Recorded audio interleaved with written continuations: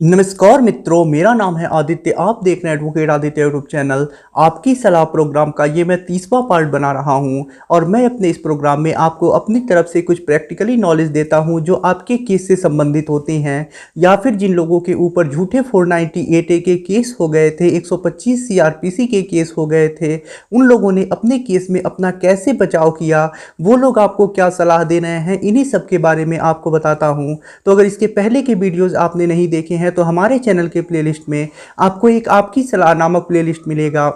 आप वहां से जाके इसके पहले के पार्ट्स देख सकते हैं। इन वीडियोज़ को देख के आपको काफ़ी अच्छा नॉलेज मिलेगा और काफ़ी मोटिवेशन मिलेगा कि कैसे जिन लोगों के ऊपर झूठे मुकदमे हुए थे उन लोगों ने अपना बचाव किया और वो लोग आप लोगों को क्या क्या सलाह दे रहे हैं, और साथ ही साथ मैंने भी कुछ प्रैक्टिकली नॉलेज आपको बताए हैं। ये सारी चीज़ें आपको जानने को मिलेंगी। तो यदि इसके पहले के पार्ट्स आपने नहीं देखे हैं तो उन वीडियोज़ को भी आप लोग ज़रूर देखिएगा प्लेलिस्ट में जाके। आज के प्रोग्राम में मैं आपको जिस स्टोरी के बारे में बताने वाला हूं वो हमें एक हस्बैंड ने लिख के भेजी है। वो कहते हैं ना कि एक सफल इंसान वही हो पाता है जो अपनी असफलता में भी सफलता ढूंढता है, निगेटिव चीज़ों में भी पॉजिटिव चीज़ें ढूंढता है। तो ये हस्बैंड भी यही काम किया है और निगेटिव चीज़ों में से जो केस ये हार चुका है उसमें से भी पॉजिटिव चीज़ें खोज के निकाला है। और हमें बता रहे हैं कि यदि मेंटेनेंस केस में आपका इंटरिम मेंटेनेंस ऑर्डर हो जाता है तो ये किस प्रकार से पति के लिए फ़ायदेमंद है। तो यानी यदि आपकी पत्नी ने 125 CRPC यानी मेंटेनेंस का केस किया है और इसमें पति को इंटरिम मेंटेनेंस का ऑर्डर हो जाता है और जब तक केस चल रहा होता है तब तक पत्नी को भरण पोषण देने का आदेश हो जाता है, तो ये किस प्रकार से पति के पक्ष में होगा। वैसे तो ये पति के लिए नुकसानदेह भी है, लेकिन ये हस्बैंड जो हमें जानकारी दे रहे हैं वो काफ़ी हद तक सही है। अगर इंटरिम मेंटेनेंस का ऑर्डर हो जाता है तो ये पति के पक्ष में ही होगा और पति का काफ़ी ज़्यादा बचाव हो जाता है इससे। तो चलिए अब हम पूरा मैटर समझ लेते हैं और हस्बैंड ने जो स्टोरी लिख के हमें भेजी है, क्या क्या चीज़ें बताई हैं, किस प्रकार से इंटरिम मेंटेनेंस जो है वो पति के पक्ष में है, ये चीज़ें बताई हैं, उसके बारे में मैं आपको बताता हूँ। पूरा स्टोरी मैं आपको पढ़ के बताता हूँ। मेरा नाम अभिनव है और मैं उत्तर प्रदेश का रहने वाला हूं। मैं आप लोगों को भरण पोषण से संबंधित बहुत ज़्यादा रोचक जानकारी देना चाहता हूं। यदि मेंटेनेंस केस में कोर्ट ने आपकी पत्नी को अंतरिम भरण पोषण का ऑर्डर कर दिया है तो आप लोग सोचते होंगे कि यह तो नुकसान हो गया, लेकिन अगर इसे पॉजिटिव वे में लेकर देखें तो यह पति के हित में ही है। पहली बात तो आप लोग यह समझ लीजिए कि पत्नियां जो 125 CRPC मेंटेनेंस का केस करती हैं उसमें 5% केस पति जीत पाती हैं, यानी सिर्फ 5% हस्बैंड ही ऐसे होते हैं जो पत्नी को मेंटेनेंस देने से बच पाते हैं। बाकी के 95% हस्बैंड को मेंटेनेंस देना ही पड़ता है। तो मेरे द्वारा दी गई जानकारी ये उन्हीं 95% हस्बैंड्स के लिए है जिनको मेंटेनेंस देना होगा। मैं आप लोगों की अंतरिम भरण पोषण को लेके एक बहुत बड़ी गलतफहमी को दूर कर दूंगा और पॉजिटिव वे में सोचे तो यह पति के पक्ष में किस प्रकार से है यह भी मैं साबित कर दूंगा। जो मैं आप लोगों को बताऊंगा वो प्रैक्टिकली नॉलेज है। अगर आप इस जानकारी को उन वीडियोज के साथ जोड़कर देखेंगे जिनमें बताया जाता है कि पत्नी को मेंटेनेंस देने से कैसे बचा जाए, पत्नी को मेंटेनेंस के केस को कैसे खारिज कराया जाए, जैसे हवाई कुछ वीडियोज आते हैं उनसे जोड़ के देखेंगे तो आपको कुछ समझ में नहीं आएगा।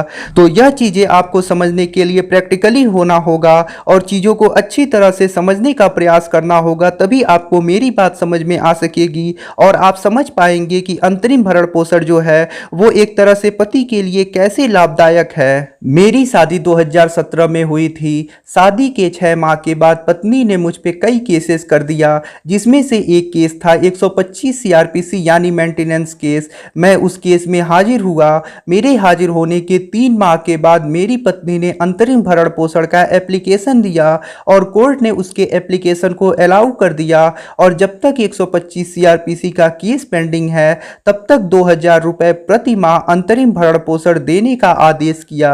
मैं यह देख के काफ़ी ज़्यादा परेशान हुआ, लेकिन क्या कर सकते थे। मैंने 2000 रुपये प्रति माह इंटरिम मेंटेनेंस देना स्टार्ट कर दिया और उसके बाद 14 माह तक पत्नी का केस चला और 125 CRPC के केस में उसका मेंटेनेंस का ऑर्डर हो गया, जिसमें कोर्ट ने मेरी पत्नी को 6000 रुपये प्रति माह मुझे भरण पोषण देने का आदेश किया था। ये जो भरण पोषण देने का आदेश हुआ था, यह देने का आदेश डेट ऑफ ऑर्डर से हुआ था। यानी जिस माह आदेश हुआ था उसके बाद प्रति माह मुझे 6,000 रुपये अपने पत्नी को देने थे।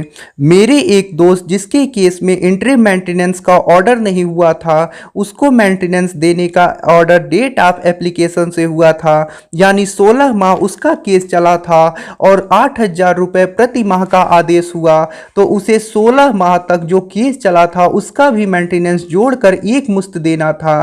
तो ऐसे में अचानक उसके ऊपर लगभग 1,28,000 रुपये का भार पड़ गया और जो प्रेजेंट टाइम का मेंटेनेंस था उसे भी उसे अलग से देना था, यानी जितना दिन केस चला था उतने दिन का मेंटेनेंस उसे एक मुश्त जोड़ के अपनी पत्नी को देना था। ये उसके ऊपर अचानक एक भार पड़ गया था। लेकिन मेरे केस में इंटरिम मेंटेनेंस अलाउ हो जाने के बाद से 14 माह केस चला था, उसमें 14 माह इंटू 2,000 रुपये मैंने मेंटेनेंस दिया था जो इंटरिम मेंटेनेंस था, तो वो टोटल 28,000 रुपये ही मुझे देना पड़ा। यदि यही इंटरिम मेंटेनेंस का ऑर्डर नहीं हुआ होता तो 14 माह इंटू 6,000 यानी 84,000 रुपया मुझे अचानक अपनी पत्नी को एक मुश्त देना पड़ जाता। जो अंतरिम भरण पोषण का आदेश होता है वो ज़्यादा नहीं होता है। जैसे मान लीजिए आपकी हैसियत पे ये सूट करता है कि आप पत्नी को 8,000 रुपये प्रति माह मेंटेनेंस देंगे, ये फाइनल मेंटेनेंस का जो ऑर्डर होता है मैं उसकी बात कर रहा हूँ। तो ऐसे में अगर आपका इंटरिम मेंटेनेंस ऑर्डर होता है तो ये मान के चलिए कि 1,800 से 2,000 या 2,500 रुपये ऐसे ही होंगे, ये ज़्यादा नहीं होता है। ये सिर्फ उतने ही होते हैं कि पत्नी अपना केस लड़ सके, वकील का खर्चा दे सके, कोर्ट आ जा सके और थोड़े बहुत अपने खर्चे कर सके, तो ये ज़्यादा नहीं होता है, ये कम ही होता है। मेरे केस में अंतरिम भरण पोषण का आदेश हो जाने से पहली बात तो मुझे ये फायदा हुआ कि मेरे ऊपर एक बार भार नहीं पड़ा कि मुझे एक मुश्त भरण पोषण अपनी पत्नी को देने पड़ेंगे, और दूसरा ये कि मेरे 56,000 रुपये भी बच गए, क्योंकि अगर मेंटेनेंस केस में इंटरिम मेंटेनेंस का ऑर्डर हो जाता है तो फिर फाइनल ऑर्डर जो होता है वो डेट ऑफ ऑर्डर से होता है, और यदि इंटरिम मेंटेनेंस का ऑर्डर नहीं हुआ होता है तो फिर मेंटेनेंस का ऑर्डर जो होता है वो डेट ऑफ एप्लीकेशन से होता है। ऐसे में जितना माह केस चला होगा उसका भी आपको जितना ऑर्डर हुआ होगा वह जोड़ कर देना होगा। तो शायद आपको मेरी बात समझ में आ चुकी होगी कि इंटरिम मेंटेनेंस अगर आपके केस में हो जाता है तो पति के लिए कैसे ये पॉजिटिव है और पति के लिए कैसे फायदेमंद है। तो अपनी इस स्टोरी के माध्यम से जो इस हस्बैंड ने हमें जानकारी दी वो काफ़ी हद तक सही है। पहली चीज़ तो ये कि अगर आपके केस में इंटरिम मेंटेनेंस का ऑर्डर हो जाता है तो ऐसे में जो कोर्ट है जब वो मेंटेनेंस का ऑर्डर करेगा तो वो ऑर्डर आपका डेट ऑफ ऑर्डर से आपको मेंटेनेंस देना पड़ेगा, यानी पहले के डेट्स के आपको मेंटेनेंस नहीं देने पड़ेंगे। ऐसे में आपके ऊपर एक भार नहीं पड़ेगा। अगर मान लीजिए आपका फाइनल ऑर्डर होता है, ऐसे में आपके 2 साल केस चले होते हैं और 8,000 10,000 रुपए का ऑर्डर हो जाता है कि पत्नी को आपको इतना मेंटेनेंस देना है, और ये ऑर्डर जो होता है उसमें ये कहा जाता है कि डेट ऑफ एप्लीकेशन से आपको मेंटेनेंस देना है, तो 2 साल जो केस चला है उसको भी आपको जोड़ के देना पड़ेगा। तो पहला नुकसान ये होता है कि ऐसे में पति के ऊपर अचानक एक भार पड़ जाता है और काफ़ी ज़्यादा पैसा पत्नी को देना पड़ जाता है।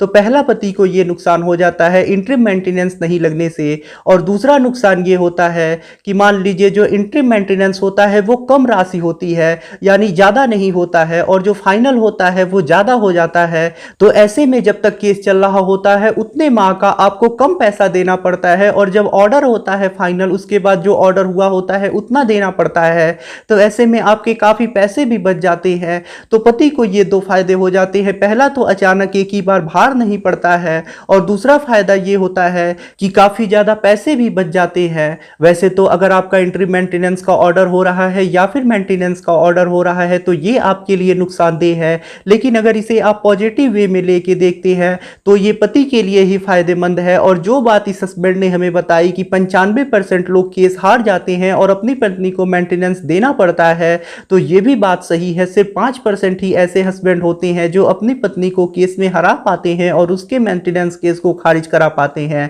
95% लोगों को पत्नी को मेंटेनेंस देना ही पड़ता है।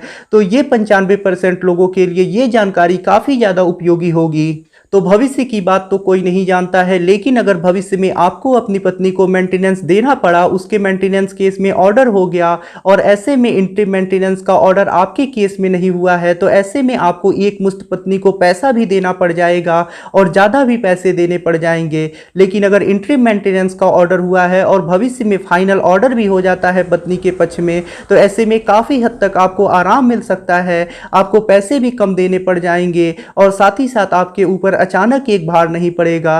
तो ये चीज़ सही है। तो ये जो प्रैक्टिकली नॉलेज आपको बताया गया, आप उन वीडियोज के साथ कभी मत जोड़ के देखिएगा जिनमें बताया जाता है कि पत्नी के मेंटेनेंस केस को खारिज कैसे करा दे, पत्नी को मेंटेनेंस कैसे नहीं देना पड़े। ऐसे हवाई बातें जिन वीडियोज में की जाती है, आप उनके साथ इस वीडियो को जोड़ के मत देखिएगा। ये प्रैक्टिकली नॉलेज थी जो वास्तव में होती हैं। अगर आपको ये जानकारी पसंद आई हो तो वीडियो को जरूर लाइक कर दें।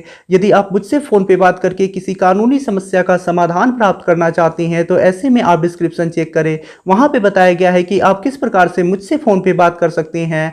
यदि आपको वीडियो पसंद आया हो तो वीडियो को लाइक करें, अपने दोस्तों के साथ शेयर करें और यदि आप चैनल पे नए हैं तो चैनल को सब्सक्राइब करके बेल आइकन को दबाएं। मिलते हैं नए वीडियो के साथ अगले दिन, तब तक के लिए जय हिंद, जय भारत।